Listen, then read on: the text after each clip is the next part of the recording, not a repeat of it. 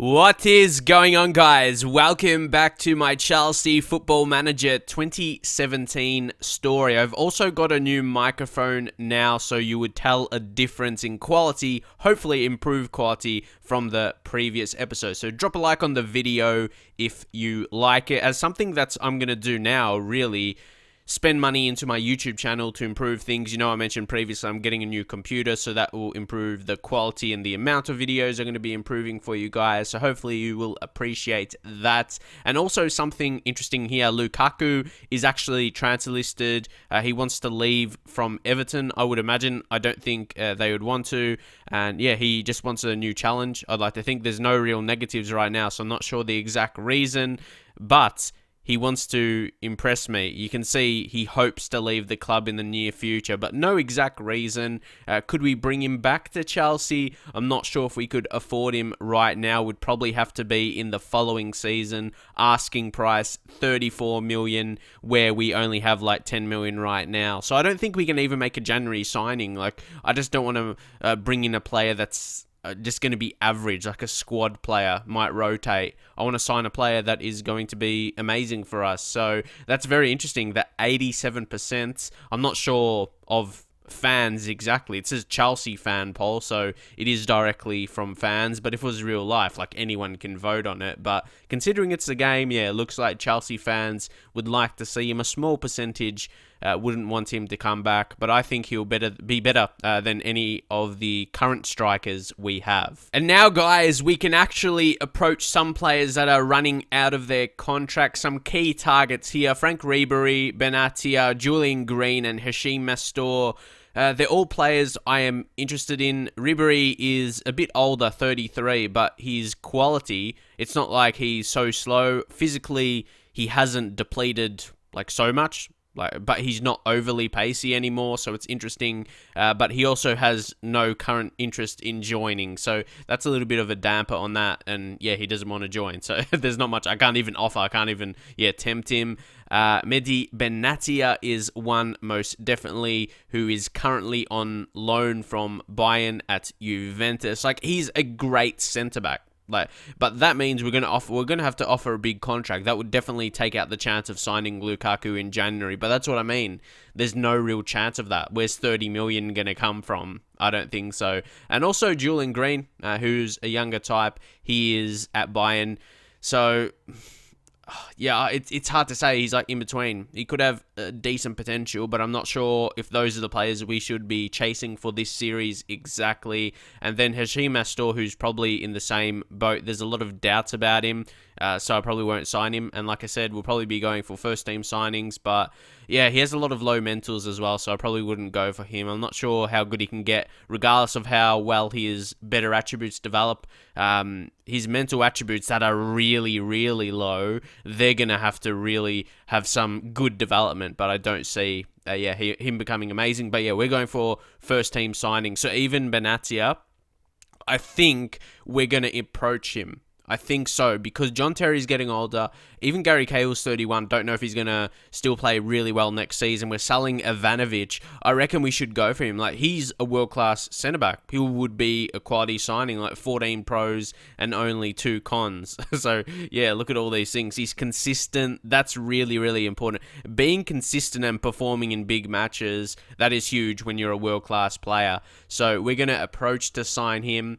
And yeah, he would be a key player. So it says here, my client is willing to enter into contract talks and present his demands, but with there also being interest in his services from elsewhere, we suggest you agree to the following conditions in an effort to make your offer the most appealing. So yeah, key player.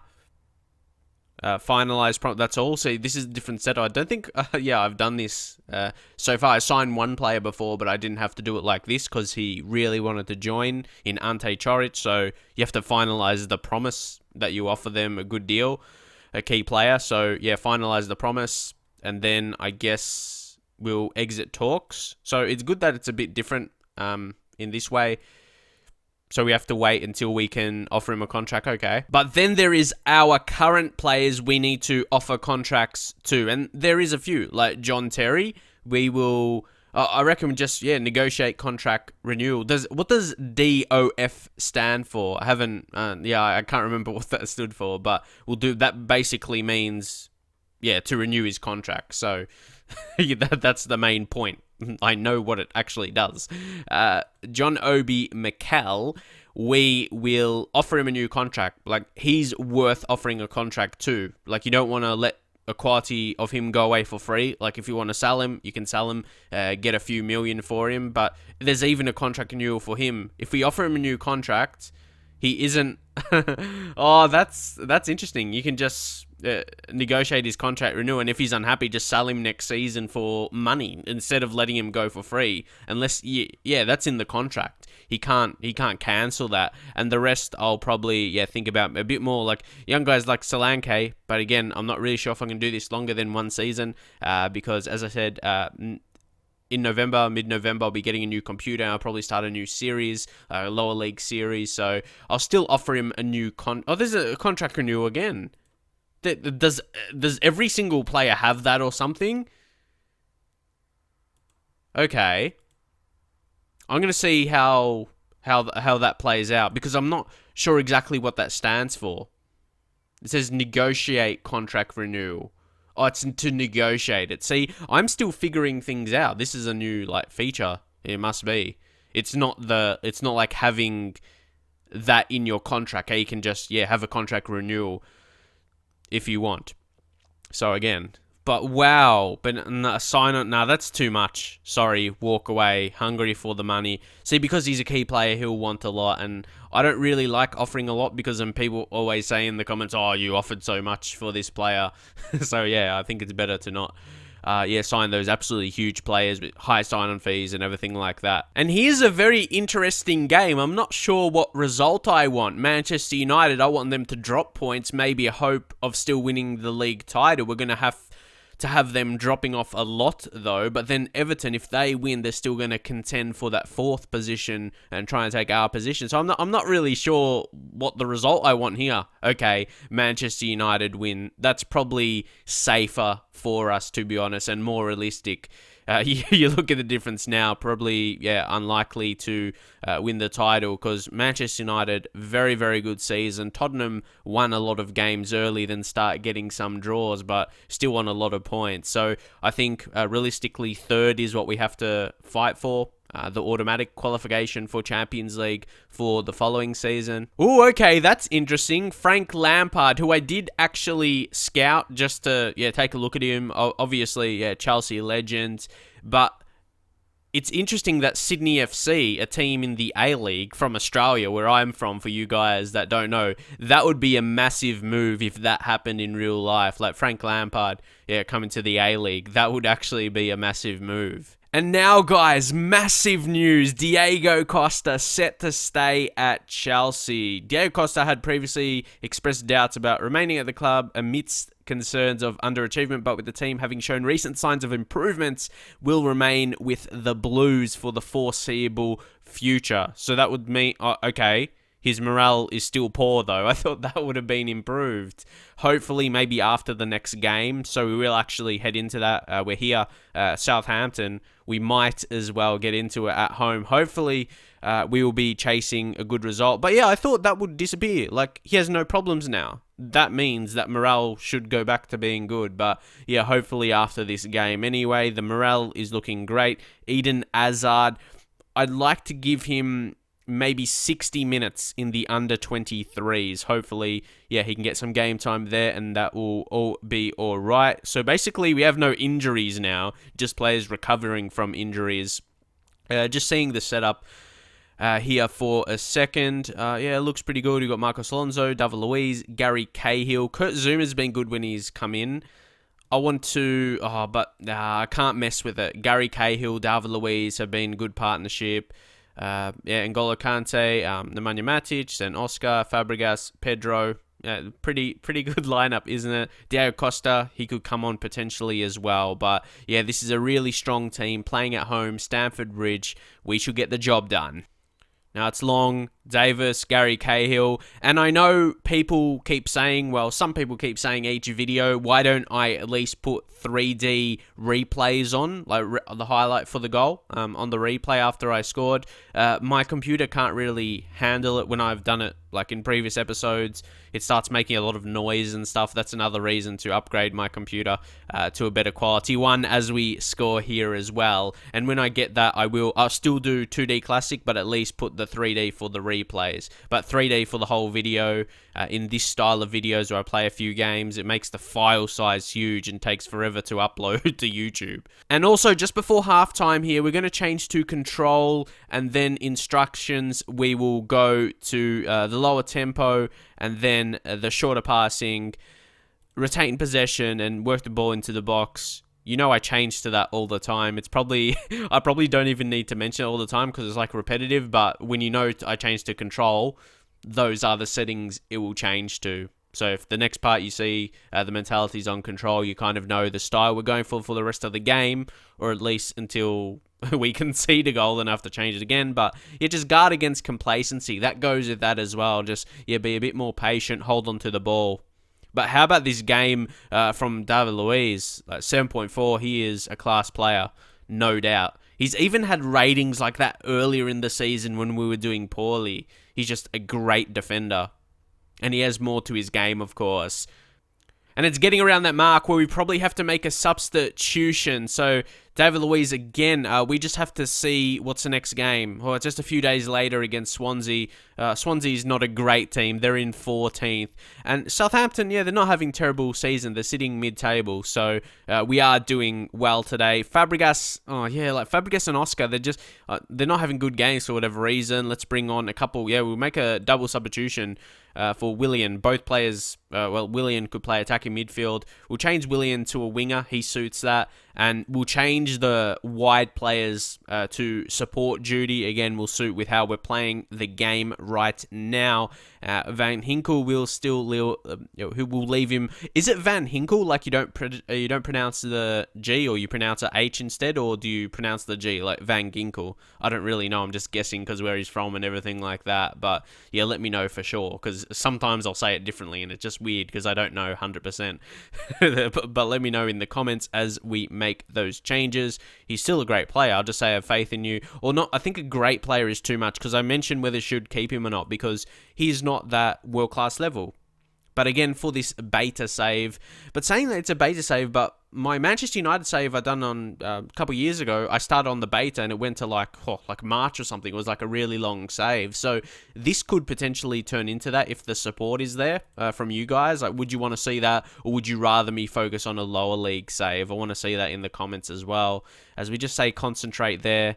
Don't want to be conceding any late goals. But to me, it's been a good defensive performance. And as Piliqueta, he's not for stuff, but, well, no. He's so low in that condition. He has to be taken off, even though it's probably going to go back up. But, yeah, we're going to bring on Kurt Zouma here just for a defensive right-back role, which he can play. He is accomplished at right-back. And even, yeah, we'll leave Marcos Alonso, because I still want to have that threat, at least, of scoring a second to finish off the game. But we'll see. Like, imagine if we concede here. This will be a disaster. With all the changes I just made. Ooh, that's lucky. But Austin was offside, luckily. And again, it's disappointing. We haven't had many shots on target for the chances we had. We had like 9 off target. So that's a bit disappointing here today. But it may just be a game we're going to hold on to the 1-0. Haven't really been at our best. We have dominated possession, though. Almost 60%. Southampton have had shots on target. But as I said, they haven't been too clear. And even in Courtois' rating, he would have had a higher rating if they were like really, really crucial saves. But they were probably like straight at him and stuff, easy to save. And this was a good defensive performance by David Luiz. Even Gary Cahill, 7.3, solid rating. But yeah, David Luiz just stepped up. It was a good win for us. We didn't play amazing or anything like that. Just go about your business. Even a team who wins the league doesn't dominate every single game. They just grind out results. like we did here today. And also, look at this. Chelsea closing in on new record-winning run. Interest is growing at a steady rate as Chelsea edge ever closer to setting a new team record, and there is plenty of talk about their potential achievement. The Blues have won 8 matches on the spin, and keeping up their tremendous form will see them break the previous club record for consecutive victories. The existing record, by comparison, is 10. So, guys, it finally comes through now. We get the update when we wanted to negotiate Terry's contract, it seemed to be, the DOF. I'm still not sure 100%. I haven't actually checked that out. Let me know in the comments, as I mentioned. But yeah, it's like to negotiate like a renewal for his current deal. So that makes sense. It's just like you offer a renewal of what he wants. So when you actually go into offer the contract, and when it's more than that, because I remember last time, before I did that, he won like 80, 90k. So you can see why he rejected that. So yeah, that's going to be interesting. And I don't really see the point of this. Like, Terry scored his first senior goal for Chelsea playing against Gillingham. Like, that would have been ages ago. It's like, what's the point of that stat? And then also Kale's offer. Did we already? Oh, no. That was Ivanovic. Why are they trying to raid our players? Is there some kind of connection there? Oh, well, they had interest in Ivanovic. He's going to America for LA, Los Angeles. But yeah, they were interested in him. Gary Cahill, because of his age, we're going to have to get a decent deal. And that I may think about Benatia, but we would probably need to sign someone in January. So we need to get at least to probably 20 million.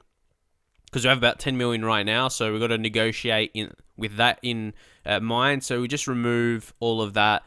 You take a look at his value, and actually, yeah, I'm just going to go 15 million. Aren't Chinese teams rich? Suggest terms. Oh my god. Oh, that's a good offer if it was up front. So, in terms of money coming into the club, that is good. But with the money I want right now, it's not. Like, for that much money for his age, that's like 15 million. That is what I wanted for him, 15 million. It's just not. We're not getting it right away, but we will have it eventually. That's tough. And he is 31. He's had a good season. Do you think he's performing above expectations? Man, I'm going to accept it. There we go. The player is... I'll just say the offer was too good to turn down. Like, if you saw that there was like 15 million up front, I think that is a good deal for a 31-year-old who may not be as good next season and the following season. I would have accepted that, like, without a thought, maybe a little second. If I knew I was going to do this as a long-term save, I'm still not sure. I'm in two minds, but I accepted that with there's being a chance for that. So we'll just accept loan offers there as well. And also made an offer, Andre Dazal. This guy's a young prospect, but yeah, probably not a move for us. He's just on the short list. But hopefully that can go through. I don't know.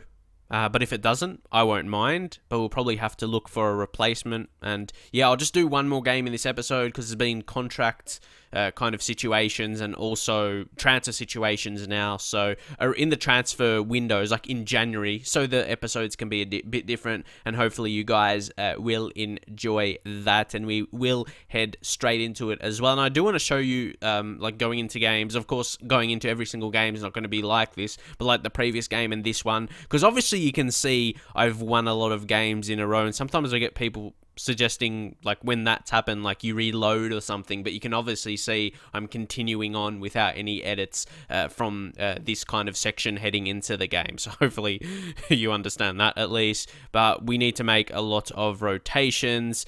Azard, do we bring Azard or Willian? I'm going to bring Azard straight in. We'll take him off under 23s, so we'll give him the game time now, and we'll still have Pedro on the bench, I think.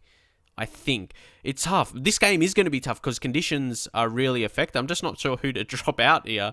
I reckon Aina. Hopefully, Aspilicueta. Whoa, this is where we need backup. This is when we've got multiple games, like in a week or just a few days after. This is where we lack depth. But Kurt Zoom is going to have to come on for David Luiz.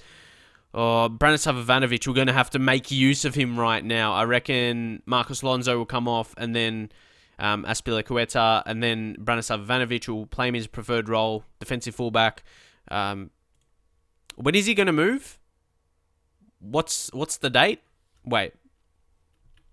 We'll go back and transfer. Okay, maybe it's like because the MLS transfer window. So I've actually got him to the 15th of February. That's really weird. That's really strange, but I'll take it. I'll take it because we need to utilize him right now. That is for sure. And do we have another center? See, this is where we probably have to play John Terry, and we'll rest. Yeah, Gary Cahill, 83%. And then that's it, yeah? Yeah, Aspilicueta is going to have a big game for us at left back. And then John Obi Mikel's going to come in for Nemanja Matic. There's Kante in there as well. We can make a rotation of Van Ginkel, and he will come on for Kante, and then we'll drop Fabregas. So there's a whole lot of rotations in here, so you get a look at you'll get a look at that most definitely. And then Fabregas, he'll play deep lane playmaker on support. No, actually, advanced playmaker on support. So we have all different like midfield roles, because we already got deep lane playmaker, and then you got the attacking midfielder, then you got advanced playmaker, and hopefully that will just work well. And we will start Diego Costa. Hopefully this will give him the happiness to come back, because yeah, that should go away now. There's like no reason his morale should be poor, right? He has no negatives, because I know it's still the beta, so that's probably the reason. Like, he's happy. Like, judging off the positive, he's happy. There's nothing to be negative about. Like the message you saw it. Like, he's back. So yeah, that's it. And Willian will come on for Oscar. So we have the best conditions as possible. So hopefully that will actually be the case in the game, and we'll play really well. We will submit the team now. And then team talk will say assertively, and we owe Swansea after what happened in our last match. We didn't lose against them, did we? How did I lose against Swansea? Swansea. I lost against them away in the Premier League. Oh yeah, that's when I was doing crap. I remember that. But I turned that around, didn't I? And was that Diego Costa? He was listening nervously. So interesting. But I reckon if he has a big game here, he scores, helps us win, his morale will 100% be back to normal. I just saw there he has a dead leg. That's not good. And of course, Manchester United will score early. Sorry, I'm just overwhelmed by all these things happening. He got injured.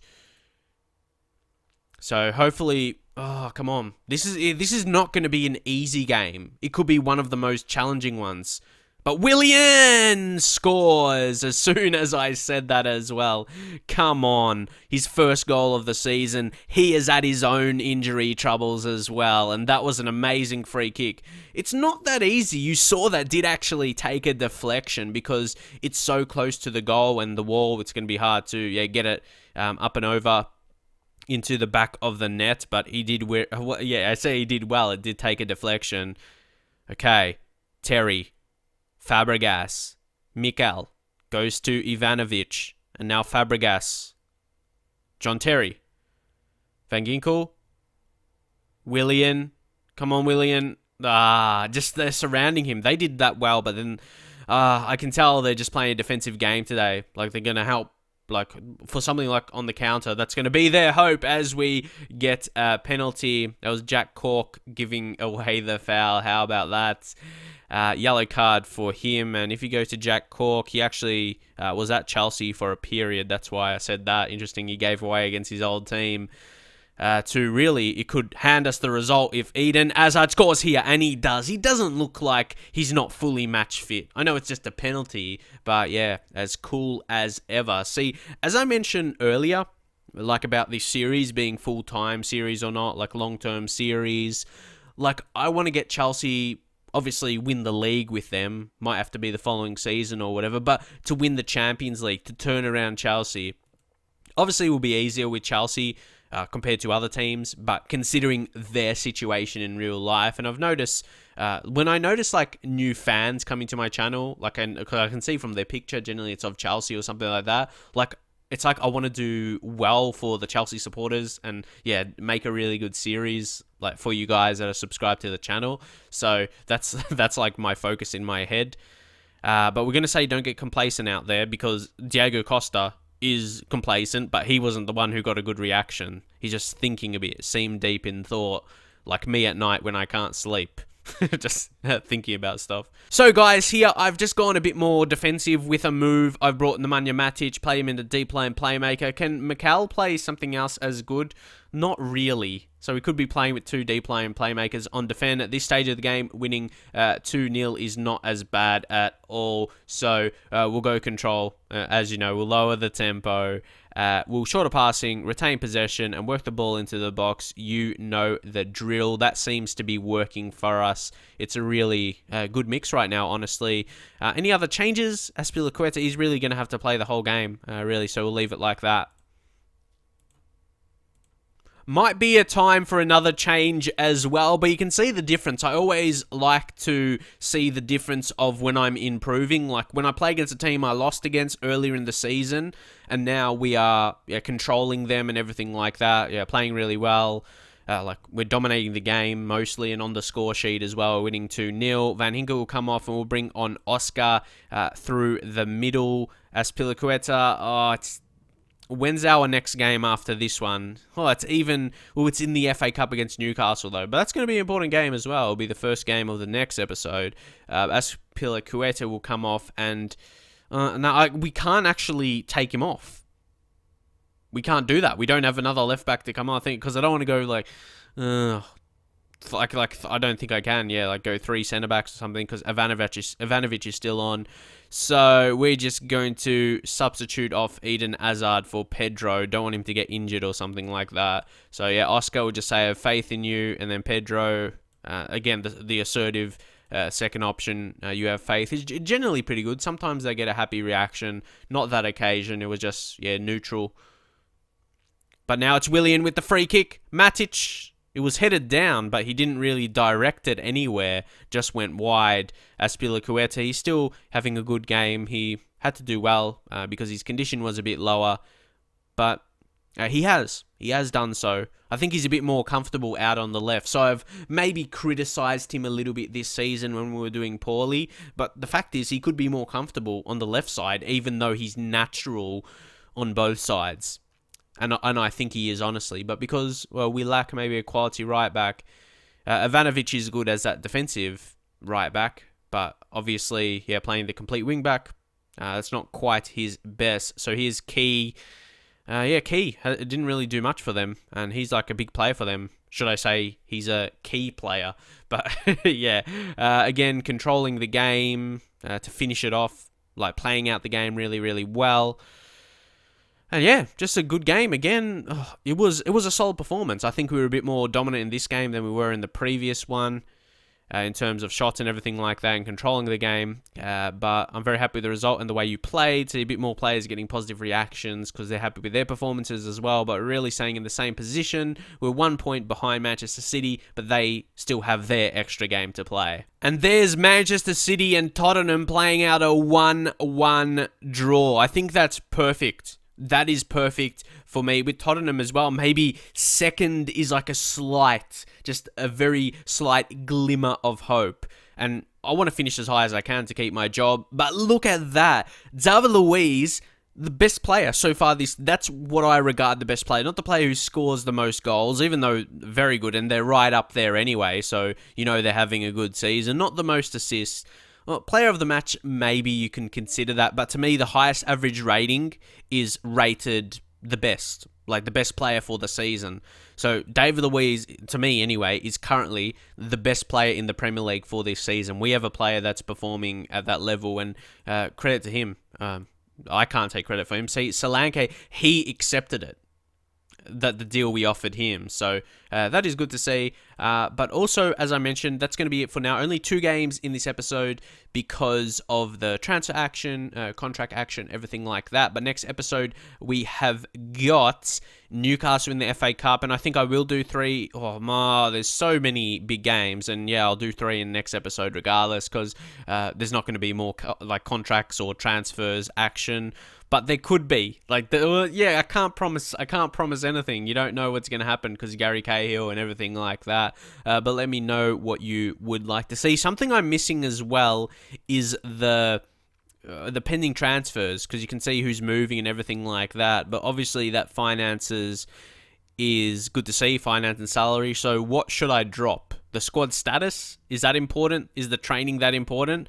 I don't think training is that important, because you go to the training when you want to see an update on the training, because I always love seeing that on the home screen, the pending transfers, so you can see simply, even though you can tell it with that, but I guess I'm just used to that in older Football Manager games, the transfer budget and available wage budget, but then the moves, and also when you sign players on approach to sign, you can see who's going to be joining in future seasons, right there. It's a nice little thing, but I'm used to it being over here a little bit.